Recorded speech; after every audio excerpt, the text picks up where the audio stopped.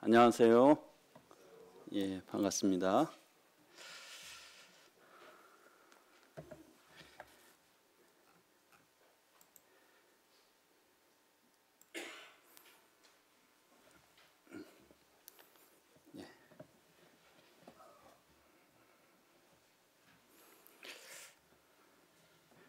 예, 오늘은 로마서 11번째 시간입니다. 말씀은 로마서 6장 12절부터 23절 말씀으로 이렇게 함께 나누도록 하겠습니다. 예, 로마서를 펴시면 좋으실 것 같고요.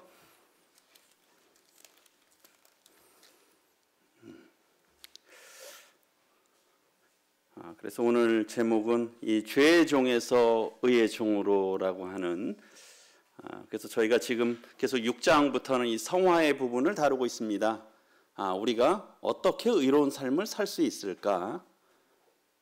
그래서 지난주에는 6장 1절부터 12절까지 말씀드렸죠. 아시는 대로 은혜를 더하게 하려고 죄에 거하겠느냐? 그런데요, 그럴 수 없다. 왜요? 저희가 죄에 대하여 죽은 자다라고 하는, 그렇기 때문에 저희들이 더 이상 죄 가운데 거해서는 안 된다라고 하는 것이죠. 그리고 좀 전에 기도하신 대로 우리가 이제 그렇게 여기고 살아야 된다는 거예요. 그것을 그렇게 믿음으로 받아들이고 그렇게 살아가야 된다는 것이죠. 그런 부분을 지난주에 했습니다. 계속 저희들이 로마서 개요인데요, 1장부터 11장까지는 계속 아시는 대로 교리적이라 그랬죠.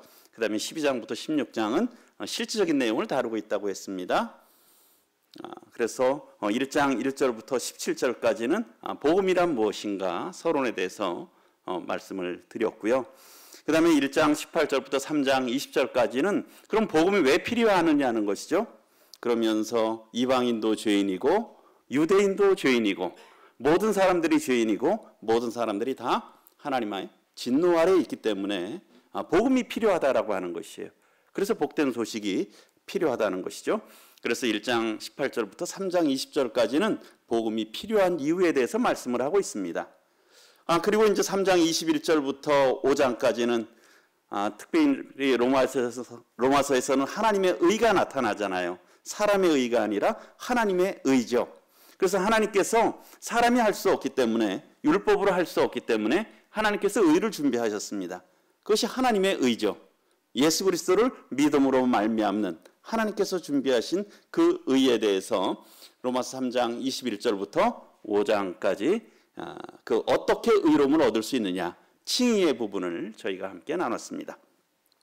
그리고 이제 지난주부터 로마서 6장을 나누고 있는데요, 6장부터 8장까지는 그러면 저희가 그냥 의롭다함을 얻었고 구원받았으면 그것이 전부가 아니라는 것이죠. 의롭다함을, 칭의를 받았으면 그에 합당한 삶을 살아야 된다는 것입니다. 그게 성화의 삶이죠. 그것이 이제 6장부터 8장까지 나오고 있습니다. 그래서 이제 지금 저희가 이런 부분들을 계속 다루고 있습니다. 그래서 오늘은 6장 12절부터 13절까지 6장 12절부터 23절까지의 내용인데요. 그런 내용을 함께 이렇게 살펴보도록 하겠습니다. 그래서 이제 12장 13절 우리가 또 앞에서 11절에 본 대로 이제 여길지어다 라고 하면서 끝나잖아요. 11절에 이와 같이 너희도 너희 자신을 죄에 대하여는 죽은 자요 그리스도 예수 안에서 하나님께 대하여는 살아있는 자로 여길지어다. 그래서 제가 지난주에 이 여기다라고 하는 것, 또 우리가 그렇게 이제 생각한다라고 하는 것이죠. 그렇게 믿음으로 여기는 것이죠. 그리고 그렇게 그런 다음에는 어떻게 해야 되겠습니까? 드려져 가야 되는 것이죠.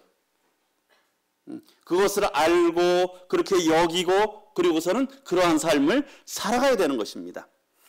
그러면서 이제 12절과 13절은 특별히 의의 무기로 드릴 것에 대해서 말씀을 하고 있습니다. 12절 보면 그러므로 너희는 죄가 너희 죽을 몸을 지배하지 못하게 하여 몸의 사욕에 순종하지 말고 또한 너희 지체를 불의의 무기로 죄에게 내주지 말고 오직 너희 자신을 죽은 자 가운데에서 다시 살아난 자같이 하나님께 드리며 너희 지체를 의의 무기로 하나님께 드리라.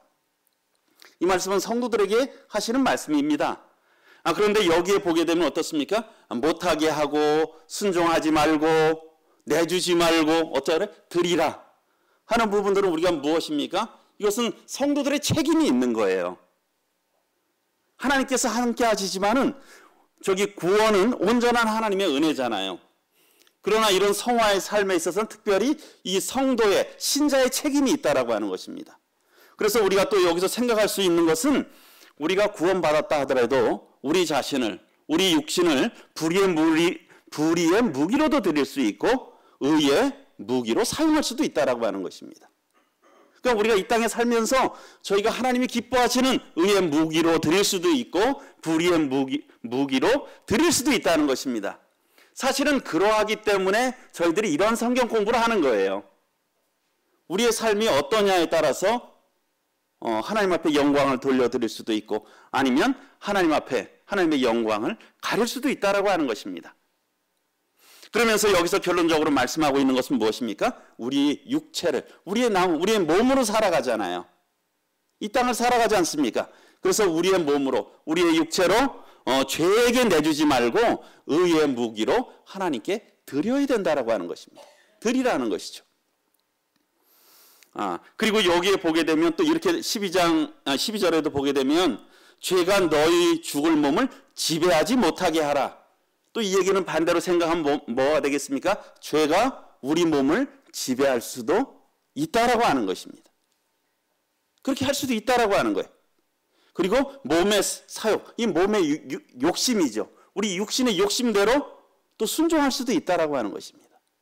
그래서 이것들은 저희들에게 이 교훈하는 바가 굉장히 크다고 생각됩니다. 그래서 우리가 그런 마음을 품는 것 그리고 그렇게 들여가는 것은 굉장히 중요하다라고 하는 것이죠. 우리가 잘 아시는 대로 이 다니엘서 1장 8절과 9절에 보게 되면 하나님께서 다니엘의 어떤 뜻을 정한 걸 받으셨어요. 그렇지 않습니까? 그의 마음을 받으셨어요, 하나님이. 다니엘서 1장 8절 9절에 보게 되면 다니엘은 이 뜻을 정했다라고 했어요. 마음을 굳게 결심했다라고 하는 것이죠. 어떻습니까? 그가 바벨론의 포로로 가 있는데 참 그가 하면 그런 걸 즐길 수 있잖아요. 그런 권리가 있었잖아요. 그런데 이런 왕의 음식과 그가 마시는 포도주로 자기를 더럽히지 아니하리라 하고 뭡니까? 자기 마음에 이미 결심을 한 거예요. 나는 결코 더럽히지 않겠다. 나는 하나님의 백성으로 하나님 앞에서 살아가겠다. 그러면서 어떻게 했습니까? 그렇게 결심할 뿐만 아니라 어때요? 그것을 적극적으로 의사를 표현했잖아요. 자기를 더럽히지 아니하도록 환관장에게 구하니, 그러니까 음식을 먹지 않겠다라고 하는 거잖아요. 그것을 보인 거예요. 그랬더니 어떻습니까? 하나님이 다니엘로 하여금 환관장에게 은혜와 긍휼을 얻게 하신지라. 만약에 다니엘이 뜻을 정하지 않았다면 은혜를 입었겠습니까? 하나님이 은혜를 못 입었을 거예요. 그렇죠?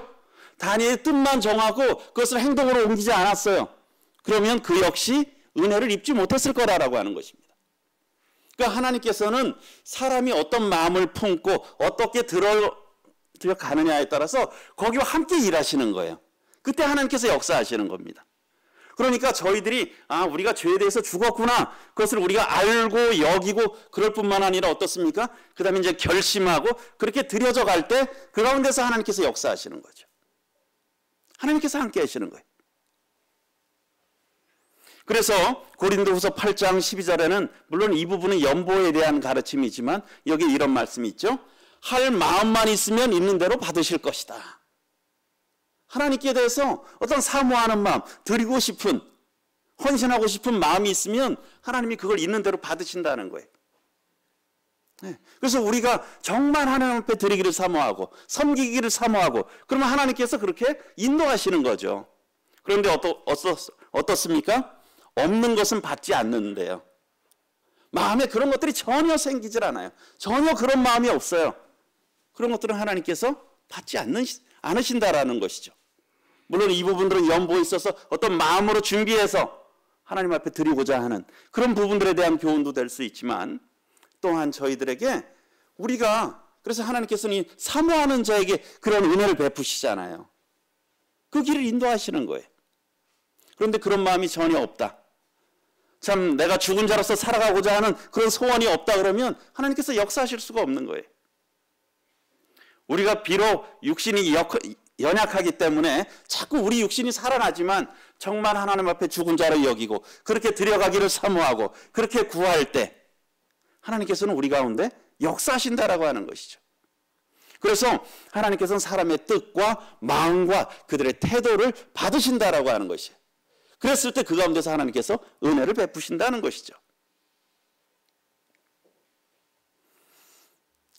그 고린도 후서 또 그 앞부분에 보면 8장 5절에 보게 되면 우리가 바라던 것뿐 아니라 그들이 먼저 자신을 주께 드리고 특별히 마게도냐 교회들, 마게도냐 성도들에 대해서 이렇게 하지 않습니까? 그러면서 그들이 이 마게도냐 성도들이 먼저 자신을 주께 드렸다는 겁니다. 주께 드린다는 자신을 드린다라고 하는 뜻은 무슨 의미겠어요? 그러니까 주님의 뜻이면 주님이 그냥 편하신 대로 쓰시라는 거 아니겠습니까? 그렇죠? 제가 누구를 어디다 드렸다 하는 얘기 뭡니까? 그 다음부터 그건 사용하는 건 누가 사용하는 거예요? 그건 받은 분이 쓰는 거잖아요. 어떤 걸 드리겠다는 건. 그럼 자신들을 드렸다는 건 뭡니까? 하나님 앞에 드렸다는 거예요. 이제는 하나님께서 쓰시고 싶은 대로 저를 써주세요. 하나님께서 원하시는 대로 써주세요. 그런 태도 아니겠습니까? 그래서 하나님께서 가라 하면 가고 오라 하면 오고 하라 하면 하고 하지 말라 하면 안 하고 그러잖아요. 그게 드리는 거지 않습니까? 왜냐하면 그분의 뜻대로 쓰시는 거잖아요. 그러니까 이 마게도니아 성도들이 뭐냐면 그들이 먼저 자신을 주께 드린 거예요. 자신을 드린 거예요. 그러니까 모든 걸 드린 거죠. 자신을 드렸다는 것. 자기 인생을 다 드린 거예요. 자기의 삶을 다 드린 거예요. 그래서 그분의 뜻이면 무엇이든 하겠다라는 것이죠. 그랬더니 어떻습니까? 그래서 그들이 먼저 자신을 주께 드렸다. 그리고 무엇입니까? 또 하나님의 뜻을 따라.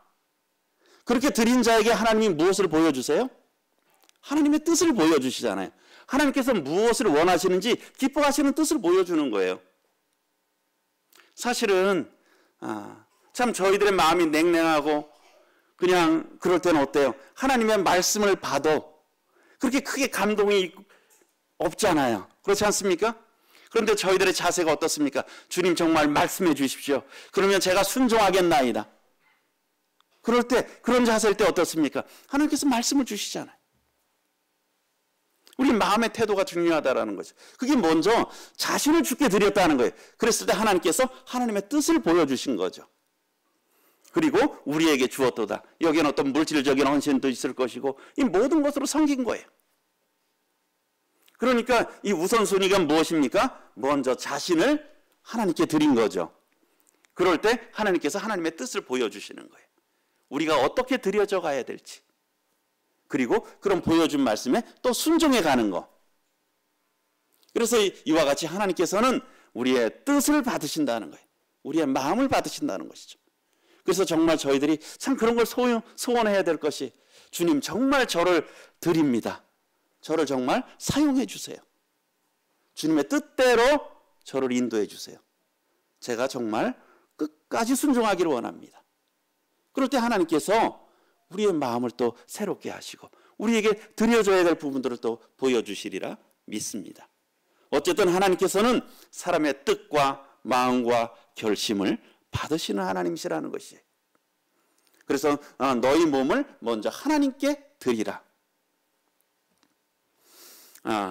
그런데 어떻습니까? 또 그 14절부터 보게 되면 이 은혜 아래 있는 걸 보게 돼요. 그런데 하나님께 이게 드렸을 때 그 다음에 하나님이 너희가 다 알아서 하려는 게 아니에요. 그렇지 않습니까? 하나님의 은혜 아래 있다는 거예요. 14절에는 특별히 제가 이 죄를 이기게 하시는 은혜예요. 14절 죄가 너희를 주장하지 못한다. 이 죄가 마음대로 우리를 끌고 가지 못한다는 것이죠. 우리가 더 이상 죄의 노예가 아니라는 겁니다. 죄의 종이 아니라는 것이죠.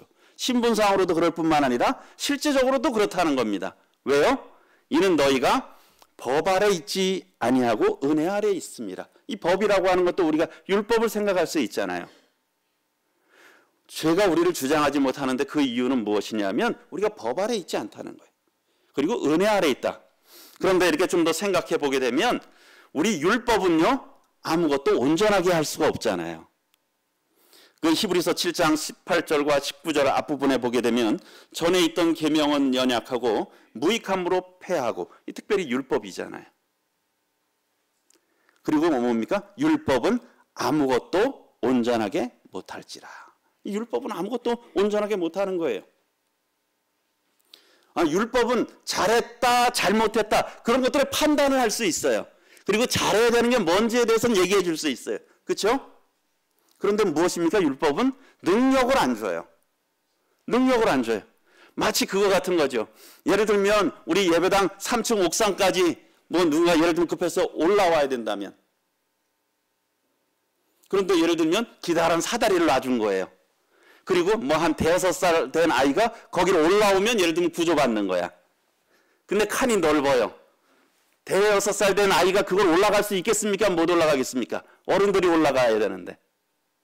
그 칸이 너무 넓잖아요. 올라가야 되는 건 아는데 못 올라가잖아요. 그게 마치 율법과 같은 거예요. 율법은 올라오라 그러는 거예요. 그런데요, 올라갈 능력이 없다는 겁니다. 올라가야 되는 건 아는데, 해야 되는 건 아는데, 그것이 옳은 것은 아는데 할 수 있을 능력이 없다는 것이죠. 그런데 은혜는 어떻습니까? 우리 마치 예수 그리스도의 은혜를 생각할 수 있잖아요. 우리 주님께서 어떻게 오셨어요? 친히 이 땅에 오셨잖아요. 사람들이 스스로 하나님께 갈 수 있으면 예수님께서 오실 필요가 없으셨죠. 예수님께서 친히 이 땅에 내려오신 거예요. 하나님이 육신을 입고. 그리고 어떻습니까? 모든 죄의 문제를 해결하고, 예수님을 믿으면 어떻습니까? 이제 예수님이 데리고 올라가시는 거잖아요. 마치 이 지붕에서 큰 어른이 일부러 내려온 거예요. 그리고 아이들을 태워서 어깨에다 메고 올라가는 거죠. 그게 은혜 아닙니까? 그게 은혜잖아요. 스스로 내려오셔서 우리들이 할 수 없는 걸 하게 하는 게 그게 은혜예요. 그러니까 저희가 믿는 이 기독교와 다른 종교와의 차이는 아주 분명해요. 그렇죠? 분명히 어떤 기준을 말하고 있죠. 근데 다른 종교는 뭡니까? 너희가 스스로 올라가라. 그게 율법이잖아요. 그런데 어떻습니까? 저희가 믿는 이 기독교는 주님이 친히 내려오셔서 저희들을 업고 올라가신 거죠. 그때 필요한 것이 뭡니까? 저희들에게 필요한 게 예수님의 등에 업히는 믿음이 필요하잖아요. 그거는 저희 아주 거부하면 어떻게 돼요? 안 올라가려면 할 수가 없는 거예요. 그거는 필요한 겁니다. 의지적으로 그분을 믿고 신뢰하는 거. 그러니까 우리가 이런 죄사함의 은혜뿐만 아니라 이 세상을 살아가는 것들도 율법으로는 안 된다라고 하는 거예요. 그러나 하나님의 은혜로 가능하다라고 하는 것이죠. 다른 로마서 6장 14절 하반부에 보게 되면 너희가 법 아래 있지 아니하고 은혜 아래 있습니다. 그리고 갈라디아서 5장 18절에 보게 되면 너희가 만일 성령의 인도하시는 바가 되면 율법 아래에 있지 아니하리라. 법 아래, 율법 아래. 그러면서 WBC 주석을 쓴 제임스 던이라고 하는 분은 이렇게 했어요. 여기서 은혜와 성령은 거의 동의어를 사용했다는 거예요. 은혜와 성령은. 여기 갈라디아서 5장 18절은 성령의 인도하시는 바잖아요. 그렇죠? 그러면 율법 아래 있지 않다라고 말씀하고 있고, 로마서 6장 14절에서는 법 아래 있지 아니하고 은혜 아래 있습니다. 그러니까 은혜가 이 성령이라는 거예요. 이런 거의 유사한 동의어로 이렇게 사용하고 있다는 것이죠. 그래서 우리 스스로는 할 수 없지만 하나님의 은혜로 성령님의 능력으로 그것이 가능하다라고 하는 것이죠. 이 사도 바울이 고린도전서 15장 10절에서 보게 되면 사도 바울이 참 어떤 사도보다도 더 많이 수고했잖아요. 그렇지 않습니까? 15장 10절에서 내가 모든 사도보다 더 많이 수고하였으나 어떻습니까? 그가 일부러 겸손하려고 한 게 아니에요. 그렇지 않습니까? 이게 내가 한 것이 아니라 그가 그렇게 수고했단 말이에요. 그의 수고를 참 저희가 참 감히 따라갈 수가 없잖아요. 어떻게 그렇게 살아갈 수 있을까? 그런데 내가 한 것이 아니요 오직 나와 함께 하신 하나님의 은혜로라. 하나님의 은혜로 그렇게 했다는 거예요. 하나님이 바울에게 힘을 주시고 격려하시고 도와주시고 위로해 주시고 또 피할 길을 주시고 또 새로운 마음을 주시고 또 사랑의 마음을 주시고 구령의 열정을 주시고 그런 것들을 주셨기 때문에 그것을 한 것이라는 것이에요. 그의 뭐 의지가 대단해서가 아니라는 것이에요. 하나님께서 그걸 할 수 있게 하셨다는 거예요. 바울도 우리하고 똑같은 사람이잖아요. 결국은 또한 뭡니까? 우리가 그렇게 살 수 있는 능력도 우리에게 있다라고 하는 것입니다. 그래서 바울은 빌립보서 4장 13절에 내게 능력 주시는 자 안에서 내가 모든 것을 할 수 있다라는 것입니다. 그것이 하나님의 은혜라고 하는 것이죠. 그러니까 우리가 이제는 법 아래 있지 않고 은혜 안에 거하기 때문에 죄에 주장될 수가 없다는 거예요. 죄에 이끌려 다니지 않을 수 있다는 거예요. 그것이 하나님의 약속입니다. 참 은혜 아래 있는 것이 감사가 아닙니까? 그렇죠? 저희들을 구원해 주신 것도 은혜고요. 그리고 우리가 살아갈 수 있는 것도 하나님이 우리들에게 은혜를 주셔서 성령님으로 말미암아 그런 삶을 살아가게 하신다는 겁니다. 우리 성도님들의 이제까지의 삶을 한번 살펴보십시오. 성도님들의 의지로 여기까지 오셨습니까? 한 3, 40년을. 예? 또는 4, 50년을 성도님들의 의지로만 여기까지 오셨어요? 아니잖아요. 그렇지 않습니까? 하나님께서 도와주시고 역사해 주셔서 비록 우리가 넘어질 뻔했지만 그것을 감당하고 또 새로운 힘을 주셔서 여기까지 오게 하지 않으셨어요? 그렇지 않습니까? 우리 회사 생활 3, 40년 하는 것도 힘든데 참 이 모임에서 섬긴다는 건 사실 쉬운 일이 아니에요. 그렇지 않습니까?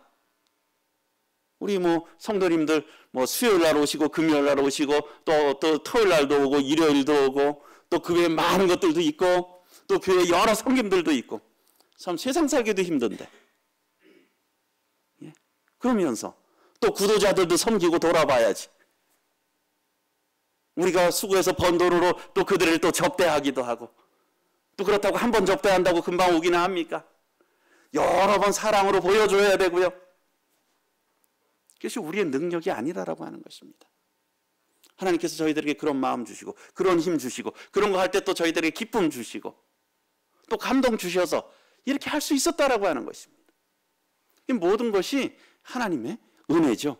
사실은 사도 바울이 고린도전서 15장 10절에서 오직 나와 함께 하신 하나님의 은혜라고 하는 것이죠. 그래서 우리가 이런 걸 생각할 때 어떻게 됩니까? 우리 여기 혹시 직장 하시는 형제님들 또는 자매님들 내가 죽을 때까지 회사 다녀야 된다. 어떠실 것 같아요? 한 80까지 회사를 다녀야 된다. 어떠실 것 같습니까? 참 암담하지 않습니까? 그런데 어때요? 혹시 암담하세요? 내가 80까지 신앙생활을 해야 된다. 암담하십니까? 그렇지 않죠? 예, 그런 게 아니에요. 저희들이 물론 힘들고 피곤한 경우들도 있지만 하나님께서 우리들에게 그런 것을 능히 할 만한 힘을 주신다는 거예요. 그렇기 때문에 소망하잖아요. 죽을 때까지 주님 오실 때까지 이 길을 계속 걷기를.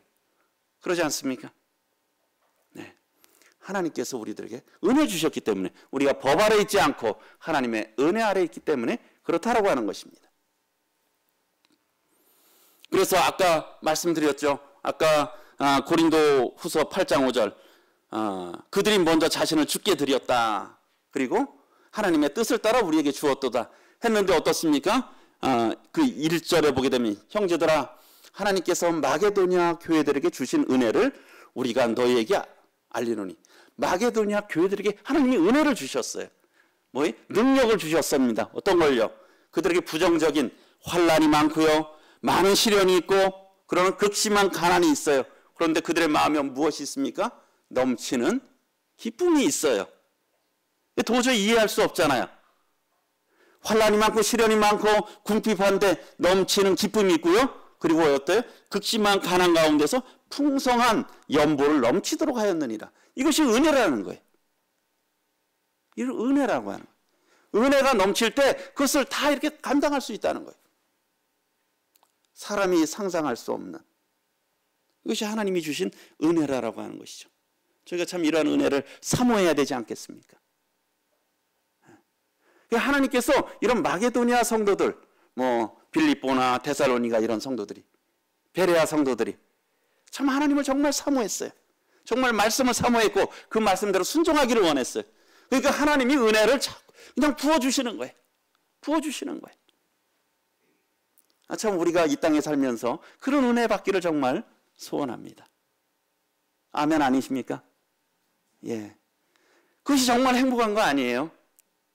예. 정말 행복하고 기쁜 거잖아요. 환경에 관계없이 기쁘고 즐겁고 풍성하게 드릴 수 있고, 그것이 은혜죠. 그리고 또 이제 15절에 보게 되면 앞서서는 죄를 이기게 하는 은혜였어요. 14절에서는. 그리고요 15절에서는 또 죄를 떠나게 하시는 은혜란, 죄를 떠나게 한다는 거예요. 15절에 그런즉 어찌하리요 우리가 법 아래 있지 아니하고 은혜 아래 있으니 죄를 지으리요 그럴 수 없느니라. 은혜 아래 있는데 우리 이 말씀을 하면 어느 말씀이 생각납니까? 앞부분이 생각나잖아요. 로마서 6장 1, 2절. 그런즉 우리가 무슨 말하리요 은혜를 더하게 하려고 죄에 거하겠느냐? 그럴 수 없느니라. 죄에 대하여 죽은 우리가 어찌 그 가운데 더 살리요? 우리가 잘 이런 반응 보이는 분들 있잖아요. 은혜에 사니까, 이제 다 용서됐으니까, 그래서 계속 은혜 베푸시니까 그럼 이제 내 편한 대로 살겠네. 그 사람은 참 은혜를 깨달은 사람이 아니라는 겁니다. 그렇지 않습니까? 정말 은혜를 깨달은 사람이 아니잖아요. 제가 아는 어떤 분이 그런 말씀을 하시는 거 했다는 얘기를 들었어요. 어머니가 너무 자신을 사랑하셨대요. 이 부모 너무 사랑하셨대. 그런데 이 성인이 돼서 이 죄를 범할 기회가 참 많이 있었대. 그러면 좀 더 부를 얻을 수 있고 풍부해질 수 있는 기회가 있었대요. 그런데 그렇게 하지 않았답니다. 누구를 생각해서요? 그 어머니를 생각했어요. 그 어머니를 생각해서 그렇게 살 수가 없었다라는 거예요. 어머니가 베푸신 은혜를 생각할 때 어머니의 마음을 아프게 해드려서는 안 되기 때문에 그렇게 할 수가 없었다는 것입니다. 그게 바른 반응 아니겠습니까? 그렇죠? 정말 은혜를 알았다면 참 나에게 은혜를 베푸신 분의 마음을 아프게 해서는 안 될 거고, 그분이 보여주신 사랑에 대해서 그것을 갚아드려야 되잖아요. 그분이 기뻐하시는 뜻으로 해야 되잖아요. 그게 은혜에 합당한 반응이잖아요. 그렇죠? 우리 5월은 특별히 가정의 달이고 또 이 부모님들의 은혜를 기억하는 날이잖아요. 그런데 어쨌든 이 은혜 때문에 오히려 더 그렇게 할 수 없었다는 거예요. 뭐 이제 성장해서 굳이 어머니의 이제 제재를 받을 필요가 없잖아요. 그렇지 않습니까? 뭐 어머니가 하라고 한다 그래서 하고 하지 말라 그래서 안 한다고, 옛날같이 뭐 꾸중을 듣는 것도 아닐 거고 회초리로 맞을 것도 아니잖아요. 그런데 어떻습니까? 자신에게 은혜를 베푸신, 자신에게 사랑을 베푸신 그 어머니를 생각할 때 그렇게 살 수가 없다는 거예요. 그 은혜에 보답하는 양으로 살아가야 된다는 것이죠. 그걸 생각할 때 이게 죄를 떠나게 된다는 거예요. 그래서 우리가 왜 이제 더 이상 죄에 거할 수 없느냐? 첫 번째로는 아까 로마서 6장 1, 2절에서 본 대로 죄에 대해서 죽었기 때문에, 그게 지난주의 주제였잖아요. 죄에 대해서 죽었기 때문에 우리가 더 이상 그 가운데 살 수 없다. 이제는 또 왜 우리가 은혜 가운데 계속 우리가 왜 죄를 져서는 안 되느냐? 우리를 강권하시는, 우리를 감동하시는 그 하나님의 은혜 때문에 그렇게 살 수는 없다는 거예요. 정말 하나님을 사랑한다면, 그 은혜가 정말 감사하다면 하나님이 싫어하시는 죄를 우리가 지을 수가 없잖아요. 그렇기 때문에 더 이상 죄를 지을 수가 없다는 것입니다. 우리 고린도후서 5장에 보게 되면 이 강권하시는 사랑, 강권하시는 은혜를 알 수 있잖아요. 그리스도의 사랑이 우리를 강권하신다. 아주 우리를 감동해서 붙잡는다는 거죠. 그렇게 살아가도록, 그 은혜에 감동해서 살아가도록. 우리가 생각하건대 한 사람이 모든 사람을 대신하여 죽었은즉 모든 사람이 죽은 것이라. 그가 모든 사람을 대신하여 죽으심은 이제 살아있는 자들로 하여금 다시는 그들 자신을 위해서 살지 않고, 우리들 자신을 위해서 살지 않고, 우리들 자신을 위해서 사는 게 뭡니까? 이게 결국 죄잖아요. 그렇죠? 죄라고 하는 건 뭡니까? 우리 욕심을 위해서 사는 게 죄예요. 자기중심적으로 사는 거. 오직 그들을 대신하여 죽었다가 다시 살아나신 이를 위하여 살게 하는 거. 이 죄라고 하는 건 뭡니까? 이기적인 삶이 죄잖아요. 자기중심적. 그리고요, 주님을 위해 산다는 건 뭐야? 이타적인 삶이잖아요. 주님을 위해서 살고 다른 사람들을 위해서 우리가 존재하는 거예요. 그게 이타적인 삶이잖아요. 주님이 이타적인 삶을 사셨잖아요. 나의 원대로 마옵시고 아버지의 원대로 되기를 원하셨잖아요. 다 누구나 원이 있잖아요. 자기라고 하는. 그러나 주님께서 주님 자신의 원대로 하지 않고 하나님의 원, 하나님의 뜻이잖아요. 하나님의 뜻은 무엇입니까? 세상 사람들을 이렇게 사랑하시는, 그들에게 은혜와 사랑을 베푸시는 그게 하나님의 뜻이었잖아요. 그 뜻을 위해서 사셨다는 거죠. 그것이 우리가 하나님의 사랑을 받은 자로서 드려져 가야 될 것이라는 것입니다. 그 다음에 16절부터 20절까지는 죄의 종에서 의의 종으로 이런 놀라운 변화에 대해서 말씀하고 있습니다. 그리고 특별히 16절은 이 종의 원리에 대해서 말씀을 하고 있어요. 너희 자신을 종으로 내주어 누구에게 순종하든지 그 순종함을 받는 자의 종이 되는 줄을 너희가 알지 못하느냐? 혹은 죄의 종으로 사망에 이르고 혹은 순종의 종으로 의에 이르느니라. 그러니까 여기에 보게 되면 종은 어떻습니까? 누구든지 순종하는 자는 뭡니까? 순종함을 받는 자의 종이 되는 거예요. 그렇지 않습니까? 어디 가서 순종하면 거기 종이 된다는 거예요. 우리 죄에 대해서 순종하면 죄의 종이 되는 거고, 의에 대해서 순종하면 의의 종이 된다는 것입니다.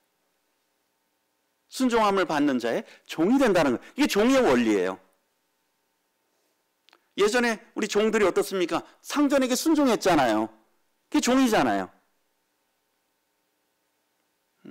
그래서 결국은 또 어떠냐면 죄의 종으로 죄를 따라 계속 죄를 섬기면 죄의 주장을 받으면 뭐에 이르러요? 사망에 이르잖아요. 그 결국은 사망이에요. 그리고 순종의 종으로는 의에 이른다.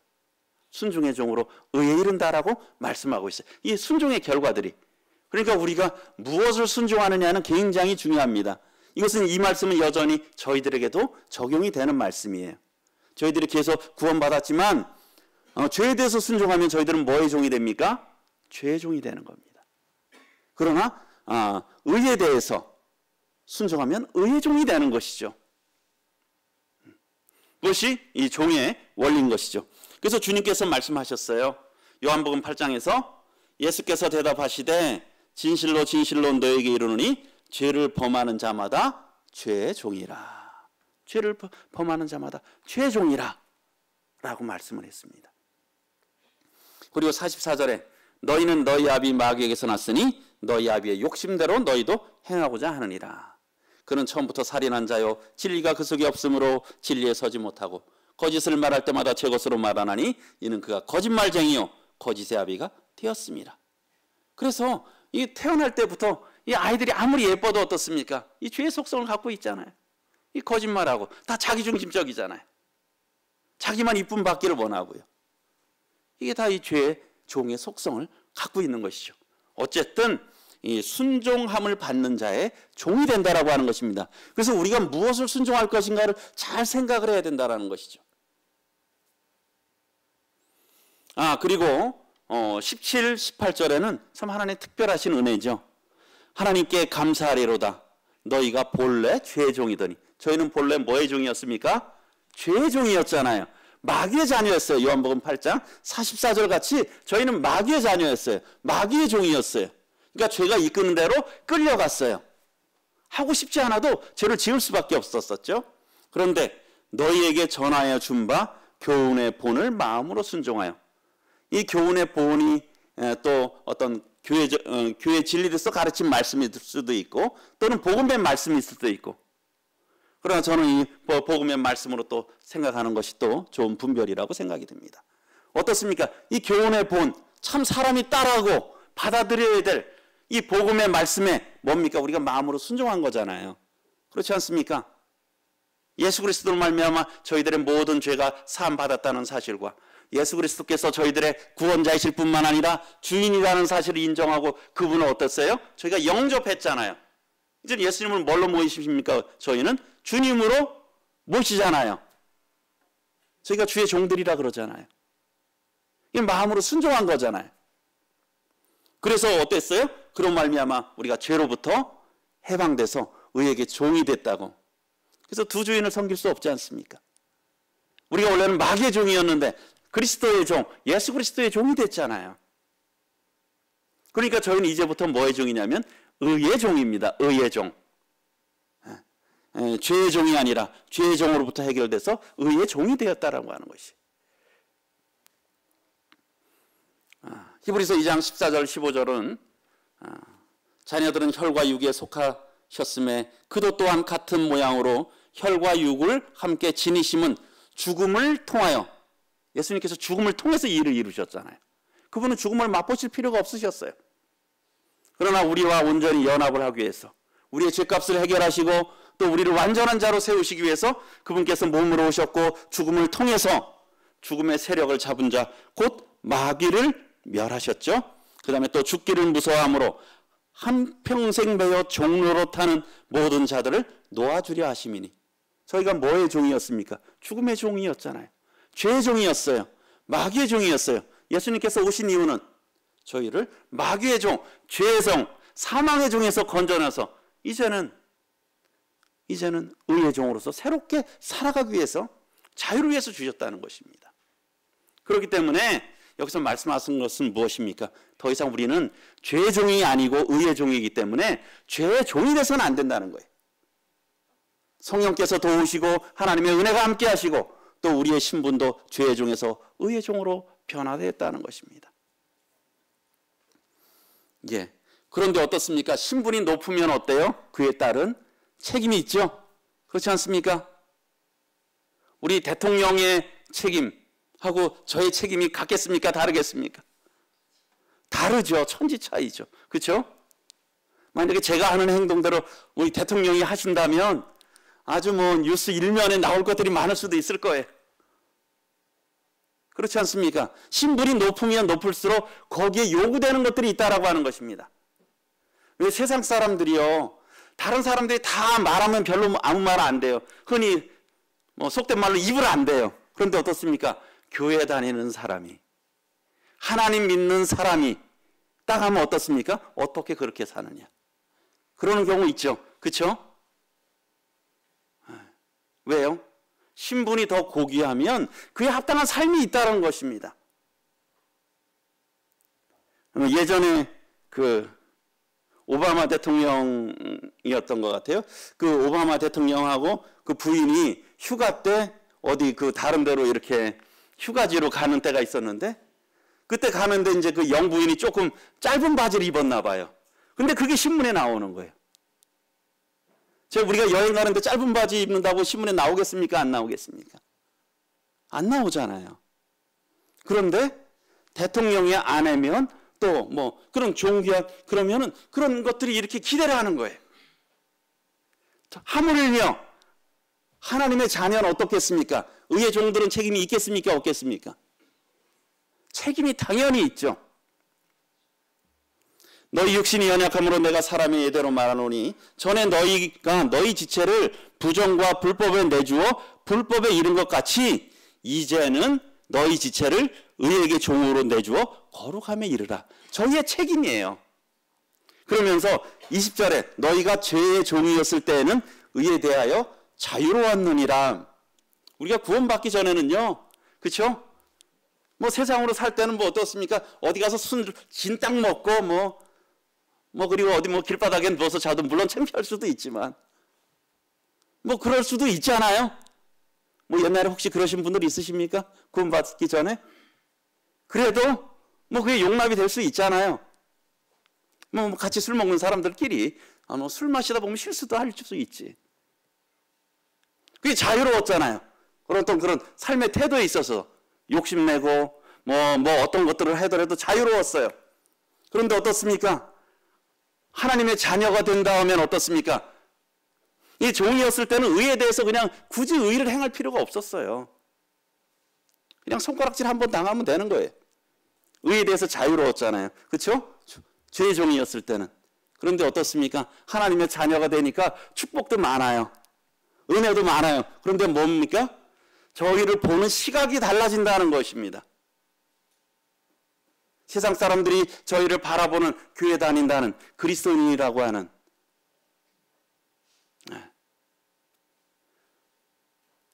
저도 어떤 데는 제 차 뒤에다가 뭐 저는 그리스도인입니다라고 하는 걸 잘 못 붙이겠더라고요. 늘 조심스럽잖아요. 물론 그런 부분들도 저희가 참 잘 준수를 해야 되는데, 우리가 혹시 형제자매님들 회사나 학교나 주변 분들에게 저는 그리스도인입니다 아주 자랑스럽게 얘기하고 다니십니까? 우리가 마땅히 그렇게 해야 되지 않아요? 그렇죠? 저는 하나님을 믿는 그리스도인입니다. 그렇게 얘기를 해야 되잖아요. 그렇게 얘기한다는 건 또 무엇이 따릅니까? 그 말한 것에 대한 책임이 따르는 거예요. 말 안 하지 않는 이유에는 여러 가지가 있을 수가 있어요. 그렇죠? 내가 그렇게 잘 못 살면 말하지 않는 거죠. 제가 회사 다닐 때 그 임원분이 있는데 같이 이제 회식을 하게 됐어요. 근데 저하고 제 옆에 많은 한 3, 40명 모였었는데, 저하고 한 분이 술을 안 마시는 사람이에요. 그런데 그분이 다 돌더니 굳이 저희 와서 아주 계속 술을 마시게 하려고 하죠. 임원이 와서. 근데 이제 저희가 계속 안 마신다고 하니까 나중에 이제, 그러니까 결국 그분이 하지 못했는데 나중에 이제 더 취하셨어. 그래서 또 오신 거야. 그러더니 그러는 거예요. 자기도 교회 다닌다고. 자기도 교회 다닌다고.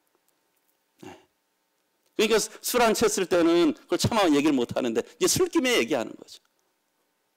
그러니까 혼자 망가질 수가 없잖아요. 같이 다 그러면 괜찮은데.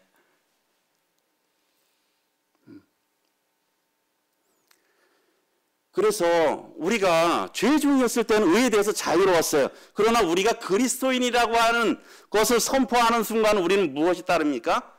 의롭게 살아야 될 그런 책임이 따르는 거예요. 그렇게 살아가야 되는 거죠. 그게 의의 종들의 책임인 것입니다. 우리는 그리스도와 결혼한 거잖아요. 그리스도는 신랑이시고 우리는 신부잖아요. 신부가 신랑을 부끄러워해요. 마치 결혼 안 한 사람처럼 살아요. 어떨 것 같습니까? 결혼했는데 유부녀인데 처녀처럼 행세하는 거야. 그럼 되겠습니까? 안 되겠습니까? 주님이 이런 세상을 사모하는, 세상에 이렇게 사랑하는 자에게 간음하는 여인들이라 그랬잖아요. 간음하는 자들이라 그랬잖아요. 마치 신랑이 없는 것처럼, 마치 그리스도인이 아닌 것처럼. 교회 오면 그리스도인인데 밖에 가면 그리스도인이 아니야. 그러면 안 되지 않습니까? 우리는 그렇게 또 선포하고 그에 맞는 삶을 살아가는 거잖아요. 그게 또 우리 침례의 의미 속에도 담긴 거잖아요. 세상 속에 선포하는 거잖아요. 이제 나는 죽고 그리스도와 더불어 살겠다는 거지 않습니까? 로마서 6장에 나오는 침례의 의미가 그런 의미잖아요. 그걸 세상 가운데, 하나님 가운데, 성도들 앞에서 선포하는 거지 않습니까? 그래서 의의 종들은 이 새로운 책임이 있다는 겁니다. 그리고요, 또 하나 특징은 뭡니까? 성도들은 구원받으면 특징이 뭐예요? 예전에는 죄를 지어도 별로 그냥 마음에 자책감이 없었어요. 그런데 어떻습니까? 성령님이 들어오시면 어때요? 마음이 불편한 거야. 그렇죠? 마음이 불편하죠. 죄를 지었는데도 마음이 전혀 불편하고 뉘우침이 없다면 그럼 우리 다시 한번 우리의 구원을 점검해 봐야 돼요. 새로운 성령님이 들어왔기 때문에 우리가 옛날 습성대로 계속 살면 자꾸 우리를 책망하는 거예요. 그리고 또 말씀을 볼 때 우리의 마음을 찔러요. 그래서 의에 대한 부담감이 있는 거죠. 그리고 어떻습니까? 우리가 의롭게 살 때 평안한 거예요. 하나님 기뻐하신 뜻대로 살 때 평안한 겁니다. 그렇죠? 우리 성도님들 본의 아니게 어떤 데 거짓말 한번 하고 나면 마음이 편하십니까? 불편하십니까? 어쩔 수 없이 갑자기 얘기해서 그냥 거짓말을 하게 됐어. 그럼 어떻습니까? 마음이 불편하잖아요. 그래서 나중에 그분에게 그냥 제가 너무 급해서 그냥 둘러대고 거짓말을 했다고. 그렇게 말하면 어떻습니까? 마음이 평안하잖아요. 그게 주님 안에서 사는 삶이잖아요. 그렇게 우리가 예전에 의에 대해서 자유로웠지만 이제는 의 안에서 평안을 누리는 겁니다. 저희가 그 안에서 행복한 거예요. 그래서 우리가 어떤 데 보면 욕심내고 화내고 하면 마음이 편합니까? 불편하세요? 불편하잖아요. 그런 거에 대해서 하나님 앞에 회개하고 또 그렇게 한 분들한테 사과하고 그러잖아요. 그게 성도의 삶이지 않습니까? 성령께서 우리 가운데서 역사하시는 거죠. 그래서 이제는 저희들의 종들의 책임이 뭐냐면 의의 종으로 우리를 내주어서 이게 거룩함에 이르는 거예요. 그게 계속 성화의 과정이잖아요. 점점. 그래서 빛 가운데 점점 나가는 거잖아요.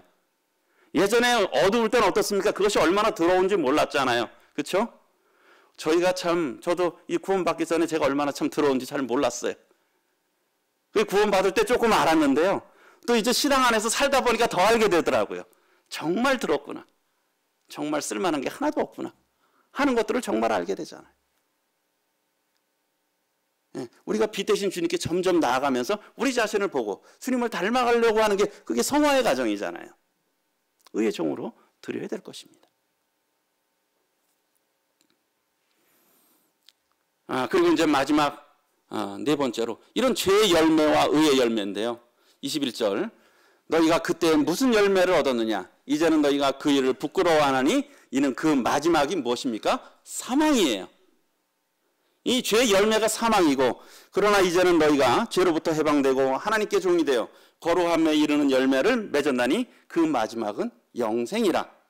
우리가 잘 아는 로마서 6장 23절 죄의 삭은 사망이요 죄의 대가는 죄의 열매는 사망이요 하나님의 은사 하나님께서 주신 선물은 그리스도 예수 우리 주 안에 있는 영생이니라.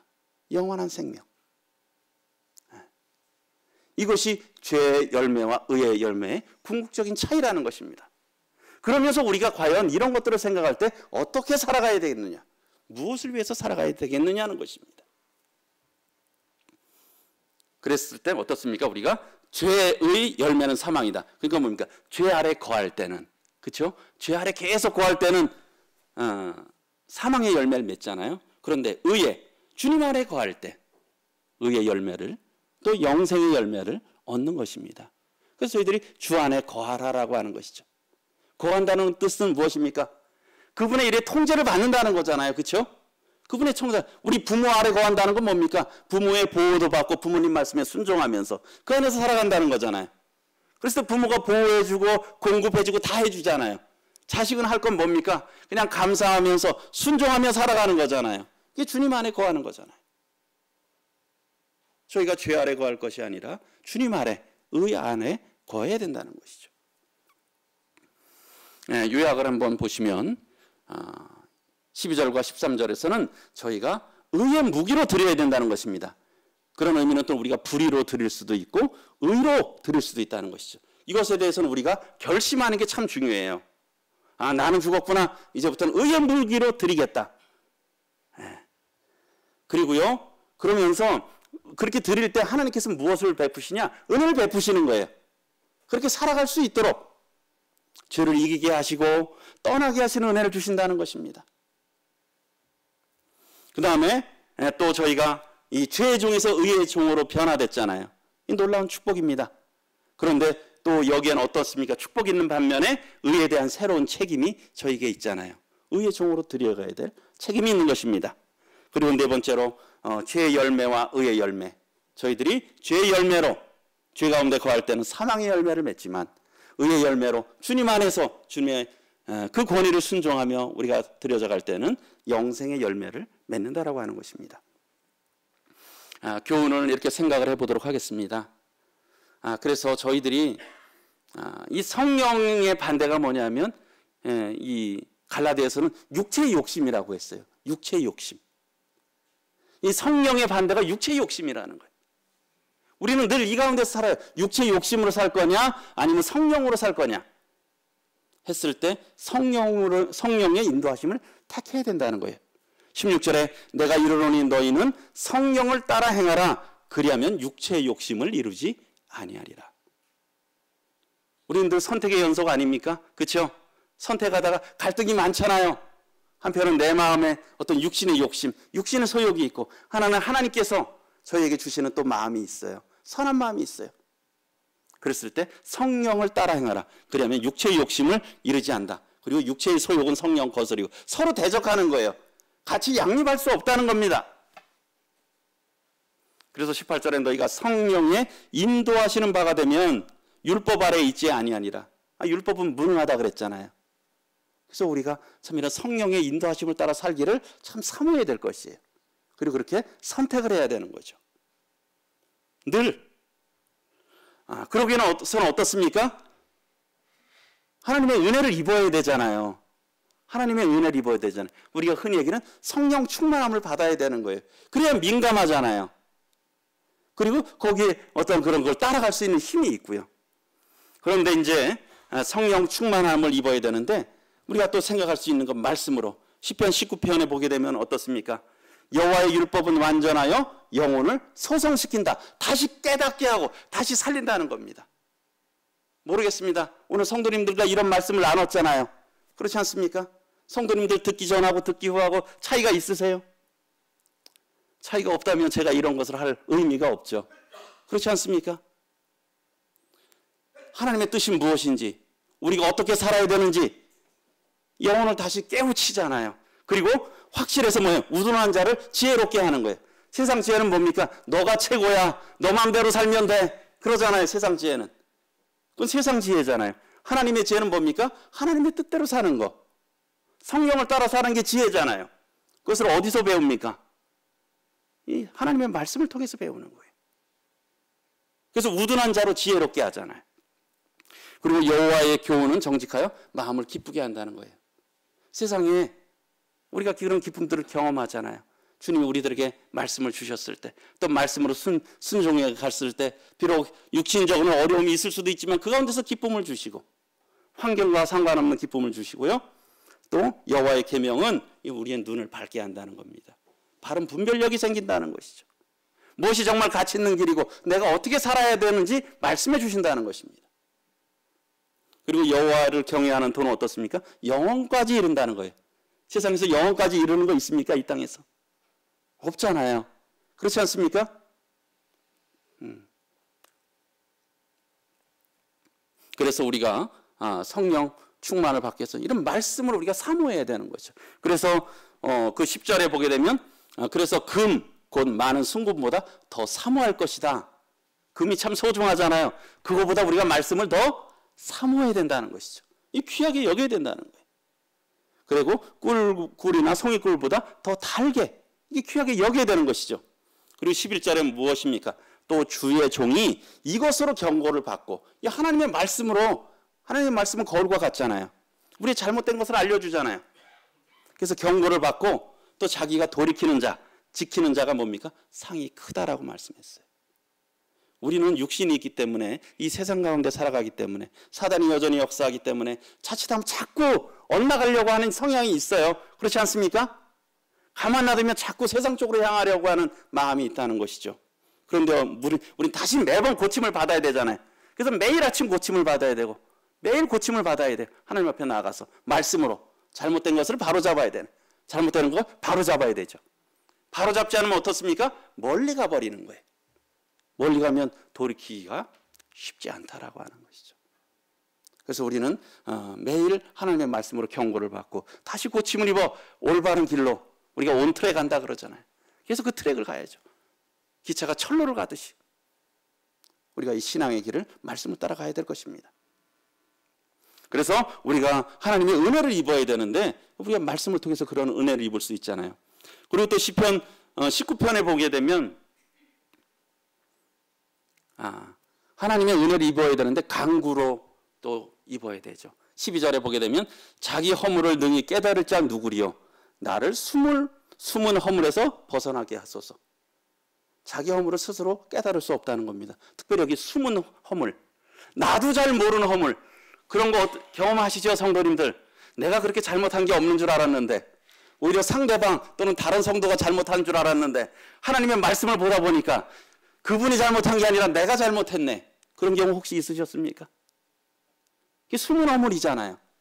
나도 잘 알지 못했는데 그것을 숨을 허물해서 우리에게 숨은 허물들이 참 많이 있을 수 있다는 거예요. 이렇게 간구를 해야 되죠. 하나님, 저를 참 이 숨은 허물에서 벗어나게 해주소서. 그 다음에 13절에 또 주의 종에게 고의로 죄를 짓지 말게. 이 고의로 짓는 죄가 참 악하잖아요.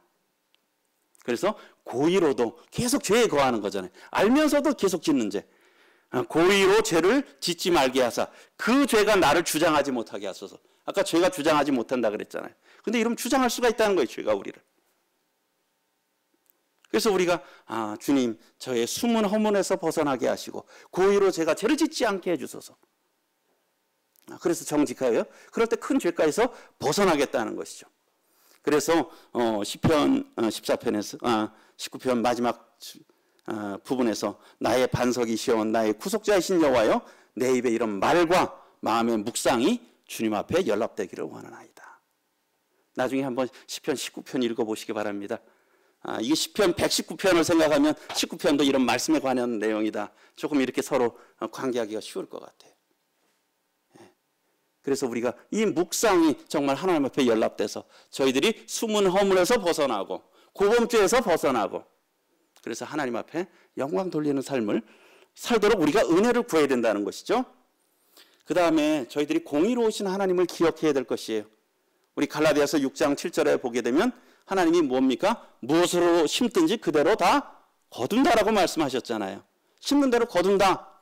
그러면서 또 디모데후서 2장 6절에서는 수고하는 농부가 곡식을 먼저 받는 것이 마땅하니다. 그렇죠. 심는 대로 거두고요. 수고한 농부가 먼저 받는 게 마땅하잖아요. 그렇지 않습니까? 그게 하나님의 공의예요.